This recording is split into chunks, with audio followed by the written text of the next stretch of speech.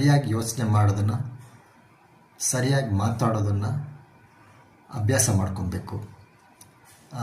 ಮಾತು ಬಲ್ಲವನಿಗೆ ಜಗಳವಿಲ್ಲ, ಊಟ ಬಲ್ಲವನಿಗೆ ರೋಗ ಇಲ್ಲ ಅಂತಾರಲ್ಲ, ಆ ಥರ ಏನಾಗುತ್ತೋ ನಮ್ಮ ಕಂಟ್ರೋಲಲ್ಲಿದ್ದರೆ ಅದನ್ನು ಸರಿಯಾಗಿ ಮಾಡಬೇಕು. ಇಲ್ಲ ನಮ್ಮ ಕಂಟ್ರೋಲಲ್ಲಿ ಇಲ್ಲ ಅಂದರೆ ಅದ್ರ ಬಗ್ಗೆ ಜಾಸ್ತಿ ತಲೆ ಕೆಡಿಸ್ಕೊಬಾರ್ದು.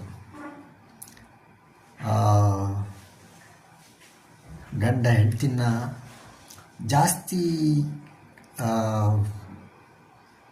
ಸಮಯ ನಾವು ಮನೆಯಲ್ಲಿ ಅಂದರೆ ದಿನದಲ್ಲೊಂದು ಬೆಳಿಗ್ಗೆ 2-3 ಗಂಟೆ, ಸಂಜೆ ಅಂದರೆ ಆಫೀಸಿಂದ ಎಲ್ಲ ಬಂದ ಮೇಲೆ ಊಟ ಮಾಡಿ ಎಲ್ಲ ಮಲಗೋ ತನಕ ಸಂಜೆ 2-3 ಗಂಟೆ. ಸೊ ಮನೆಯಲ್ಲಿ ಒಂದು 5-6 ಗಂಟೆ ಟೈಮ್ ಕಳಿತೀರ.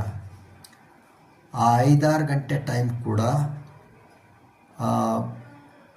ಏನು ಭಯ, ಕೋಪ,